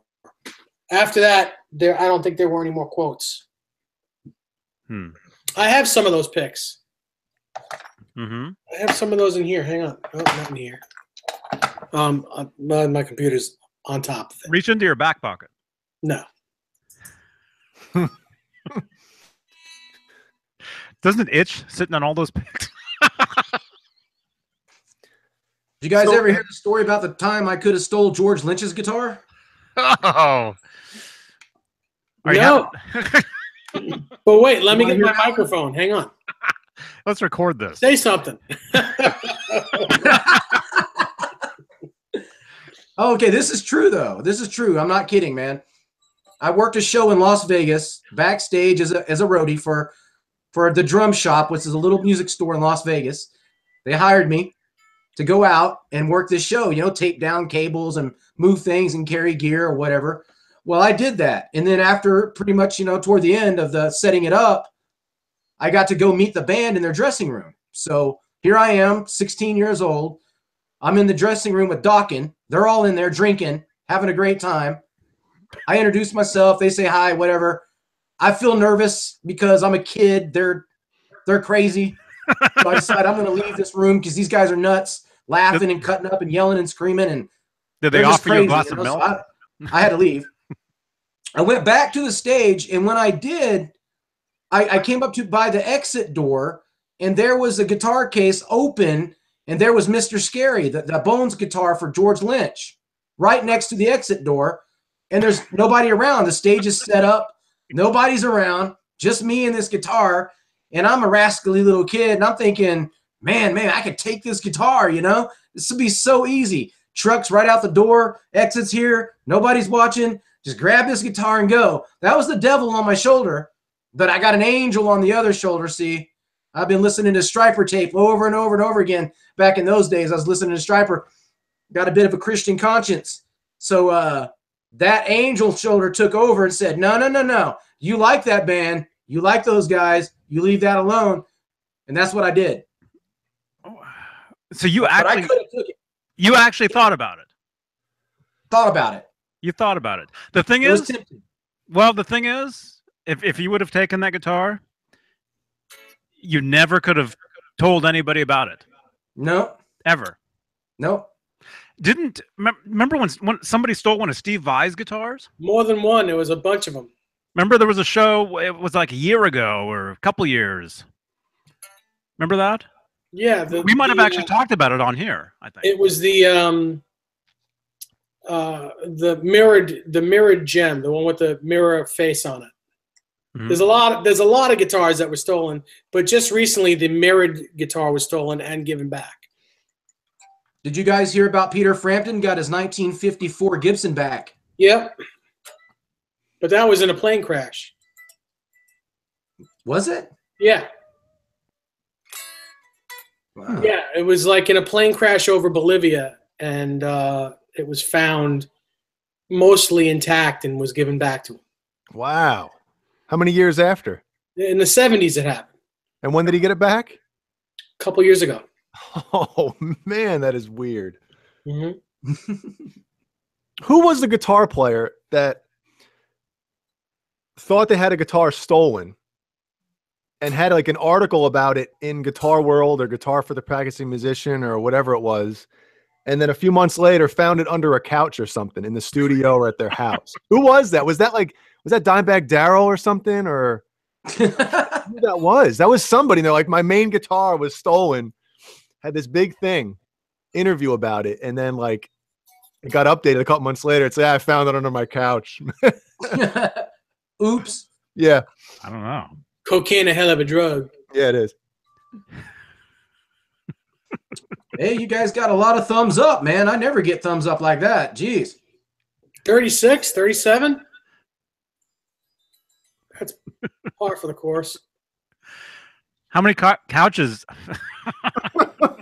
How many couches do you have under your guitar, Dave? That's why I don't have any couches up here, so I don't lose any of my guitars. I just leave them out and don't play them. Mm-hmm. Ah, somebody owes me a Coke. But hey, Gary. So anyway, so you got to see Mr. Scary in person then, huh? I did. I mean, I walked right up to the guitar, and I could have just grabbed it and took off. You know, I mean, it was. You were like this? Yeah, I mean, picture me with my hands up. Well, if you would have taken that guitar, you would have had a picture of you with your hands up. Yeah, I definitely would have had a picture with my mug shot and hands up for sure. That's right. That was a setup waiting to happen. That was a setup waiting to happen. It was. I'm sure somebody was watching me somewhere in the background that I didn't see. Uh-huh. No, I didn't do that. I didn't creep up on it or anything. I just looked at it, and the thought was, there's nobody looking. This guitar could be stolen. oh, you could steal it. And then I thought, no, that's crazy. I don't steal things. So I didn't, of course I didn't do it. That's not me. Mhm. But it was tempting, Yeah, a lot of people, you might as well, of people you might would've as done well the show opposite a thing. really good looking yeah. chick to a sailor on leave. Yeah, a lot of people would have taken that thing and not thought twice about Oh it. yeah. Yeah. Mhm. A lot of people in my position would have ganked that guitar. And it was the last show on the last tour they ever did. So he Well, other probably than wouldn't this even have known Japanese it. thing. Probably wouldn't even notice for a while. They were You should have drunk. taken it. Those dudes were drinking. They were having a party, man. Uh-huh. And They that were was having before, a good time. that was before the show. Before the show, yep. Oh, it was They before. were I thought partying it was down, after. man. I'm sorry. It was their last show of the tour. They were having fun. What year was this? 87. Yeah, it was around 87, around there. Yep. It was in Las Vegas. It was their last show. When they got up on stage, they were all happy, announcing they had a great tour, last show of the tour. Blah blah. They end the show. They have an after party, and then that was it. Didn't hear from them for a long time after that, as far as what they were going to do, and then found out they broke up, and that was a nightmare. Because I really love that band. Mm-hmm. Dawkins. You know what? No, if it was there, if it must have been 88. It must have been 88 because they did Yeah, the around Monsters there. of Rock and they broke up right after Monsters of Rock. Right around there. Yeah, it was 88. Yep. Yep. So that was some good. That was a good concert, man. I mean, those guys, they had played that tour and they were in shape, man. I mean, they ripped it, boy. I mean, George Lynch freaking didn't make a mistake one, and just ripped it on stage. And same with the whole band. I mean, they killed it. It was a great show. That's cool. Mm-hmm. So I I've saw seen- Doc and open for Judas Priest in 86 or 87. 86 or 87. Yeah, I think they opened for Judas Priest. It's very cool. So, Dave, you saw Halen back with the original David Lee Roth era? Yeah. What tour? 81, Or tours? 81, 82, and 84. Man. And which would you say was the best one? I mean, 84, as far as I'm concerned, because I was a little older. 81 was the first concert. I was 11 years old, Yeah. and it was really my first introduction to rock and roll, Mhm. let alone Van Halen. I didn't know what a Van Halen was. I went with a friend from school and his dad. Yeah. Mm-hmm. I didn't know. I knew I liked it when I was there, but I had no idea what I was in for. Did you know any of the songs? No, I had no idea what I never heard of them in 81. Never heard of them. I first became aware of Van Halen. After that was the summer of 82.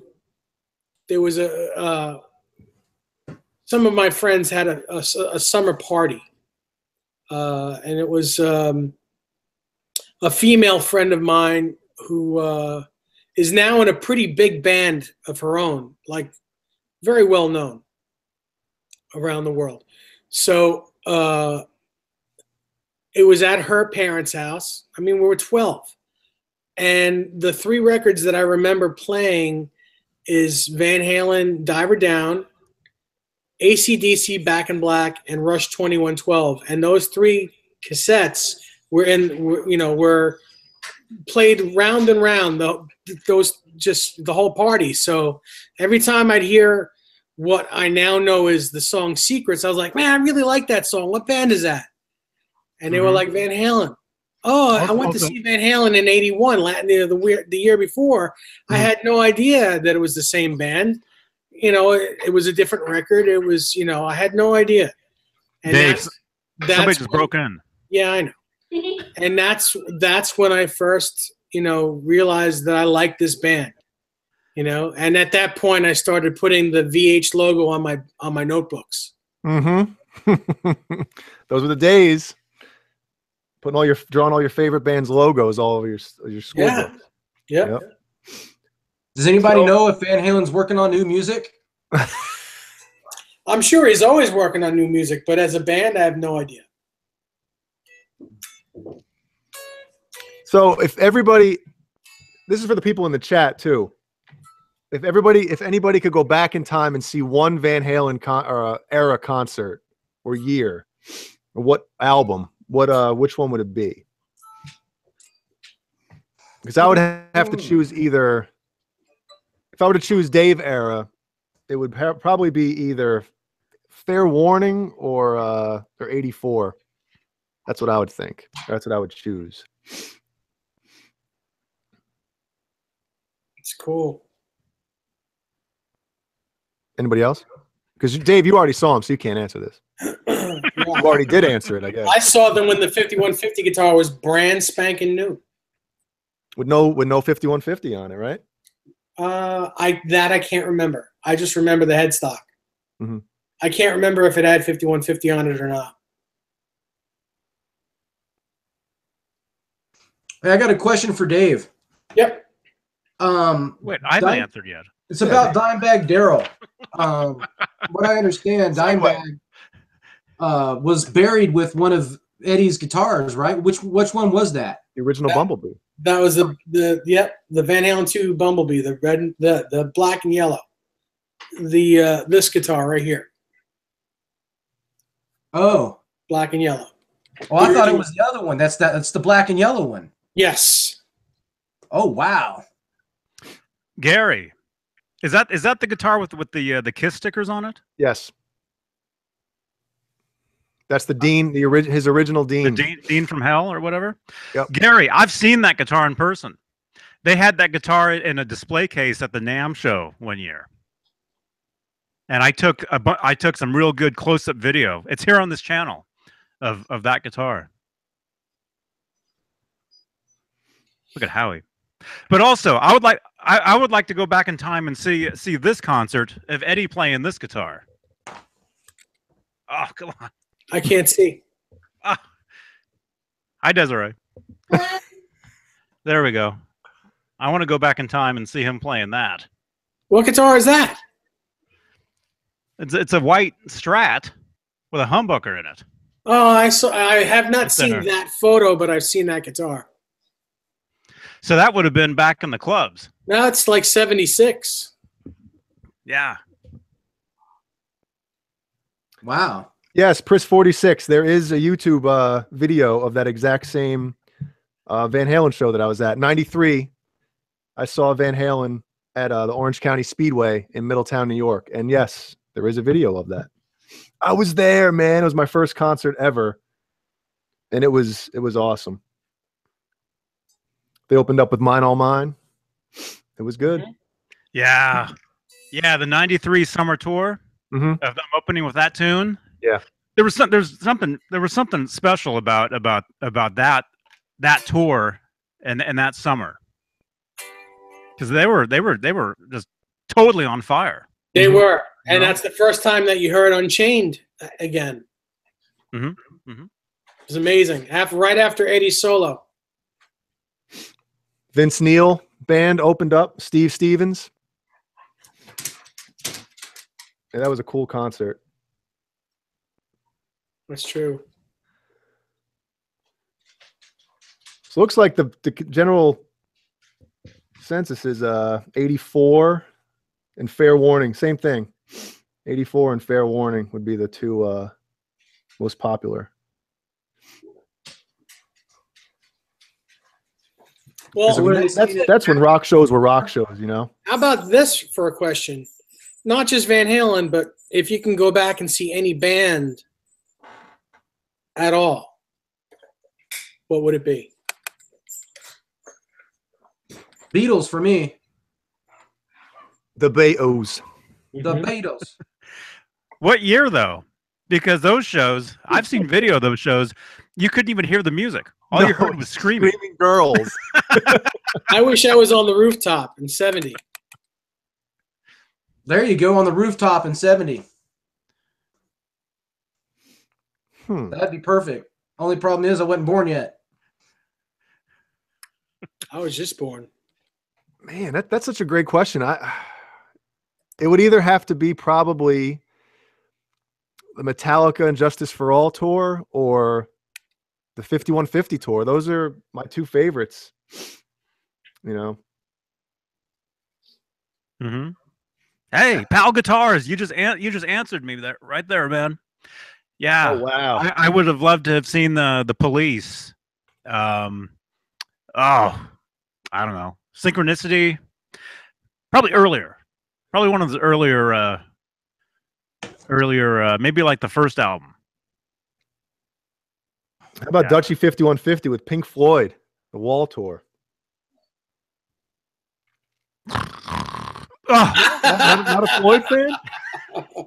Floyd Rose. Oh Lord. Desiree, Dave or Sammy?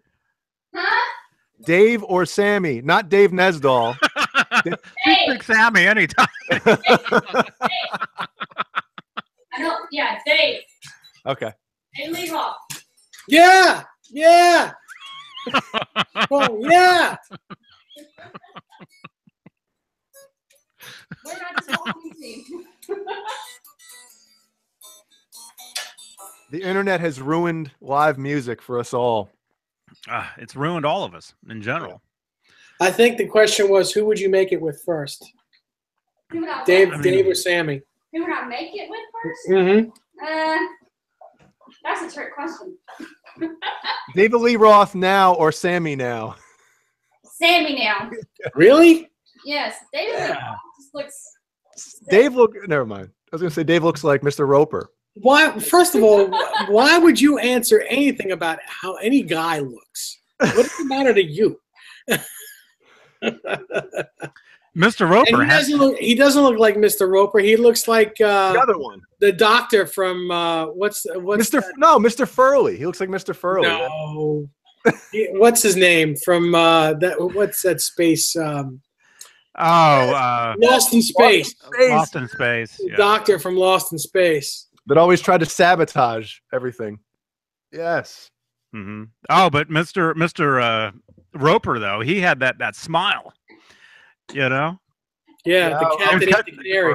they'd cut to him, and he'd be like, You did it perfectly. "Well, I anyway." Who was first, Furley or Roper? Roper. Okay. The Ropers, yeah. I know every Three's Company episode, so The one where Jack trips over the couch and his junk falls out. You know about that one? No. Yeah. But what is it with you and all these guy comments? Take him with you. Am I red? a little bit. Smiley, A little bit. like your wall. Yeah. It is my wall. Johnny mentioned this before. My wall directly in front of me is the same color as the wall behind me, and that's why I think it looks like I've been in the sun all day. Mm-hmm. He's not blushing. No. No. Jeannie. There, she spells it out for you. Okay. Yeah. What kind of amp are you using, man? I have no clue what you're using for a. Well, I have a 6505 PV. How's dinner? I have a JMP1 that I run through a Simulclass 290 Mesa Boogie power amp. And I have been using, though, for the past bunch of years, I have a Kemper profiling amplifier. And I run that through my my Mesa Boogie power amp. And I got to tell you, I know, some people think that these things don't sound great. They sound great. Oh, I bet it does. I had some comments from Michael Sweet about his Mesa Boogies that he uses, his Mesa Boogie products. He really digs it. Yeah. And he likes that. What's that FX system? That rack mounted system. Oh my gosh, it's on the tip of my tongue. Johnny might know. Oh, the Fractal, yeah. Well, is that rack? Is that rack? Is it rack mount? You talking about the the Axe Effects? You did. Yeah. Mhm. Or is that a stomp box? What am I talking about? I'm trying to remember what he told me. I don't know if they make both versions. I know they make a lunchbox of the Kemper, which is kind of, I have one of those that's sitting on my desk, actually right to my right. And then they also make a rack mount one. So I don't know if they do the same with the Fractal. I think they do. They have a pedal version and the rack mount version. I think you're right. Somebody will answer this in the chat. Yeah, somebody will know. I thought it was a rack mount, but Yeah. But from personal experience, I just feel like the Kemper really, I mean, if you have everything dialed in right, you know, some of these amps that get profiled, you really, it's hard to tell the difference. It really is. You know, you could A/B them back and forth and you're like, man, it sounds like the same thing. You know, especially if you have it running through a power amp and then miking a cabinet, which I have a 4x12 recto cab to my left. Yeah, the technology, you know, these days is just, it's amazing. Yeah. Look what they've done Right, with drums. The Superior drummer, you know. Well, hey, we should wrap it up. We're going on. It's 10 o'clock where you guys are. 10 o'clock. Yeah, 7 o'clock here. We're going right on 2 hours. And remember, you know, we're uploading this stuff as podcasts now, and I have to pay for that space. So let's keep going. thanks for having me on, guys. So let's just do a GoFundMe for this. The Patreon. Yeah, set it up. How do you do it? I don't know. Yes. All right. Gary, U.S. American Made Guitars. Great to see you. Thanks for Thanks for nothing. Thanks for joining us tonight. Oh, he was typing. Okay. Thanks, everybody, he says. Thanks, everyone. Jay? Yes. Oh, I think he jumped on the bed and his junk fell out. That's what Jeannie was saying. We're still talking about this? Yeah. Oh, we haven't stopped. Those things were filmed live, man, in front of a studio audience. Which episode is that? Because I have them all on DVD. Oh, you're gonna cue. That's why you want to go so bad. You want to cue that right up. Why, you hungry? Huh? Nothing. Do you happen? Well, I guess I could Google it. Dave? Yes. Great to hear you on the podcast. It's great to be heard. Yes. Yes. Links are down below. Subscribe to the podcast. And let's see. Subscribe to Gary's channel. Link will be down below. Give him a subscribe. Give him the thumbs ups. You know, we all have to be supportive and encouraging. Is that right? Encouraging. That's right. And positive. And you guys are. Thank you very much for being an inspiration. We're all going to Gary's page after this. Wait, what? What were you gonna say? What? Nothing. Oh, I'm gonna pass out, man.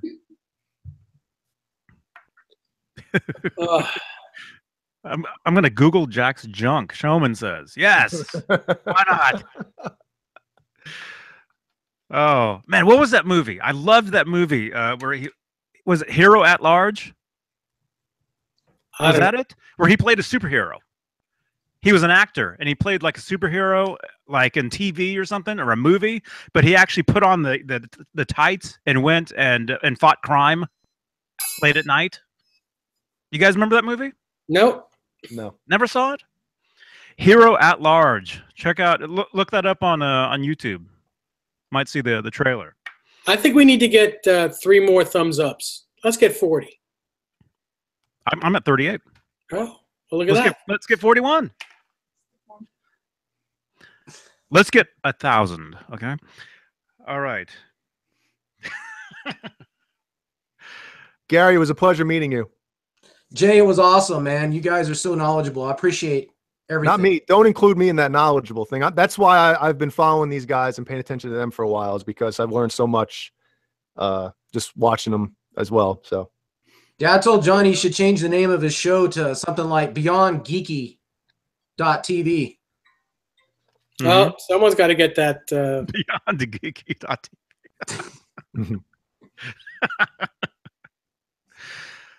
Yeah. All right. We got 39. All right. 40. I see it. 40. That's it. Yeah. Adam just gave us his pumpkin. Awesome. Oh, All right. Not again. All right. We're out of here.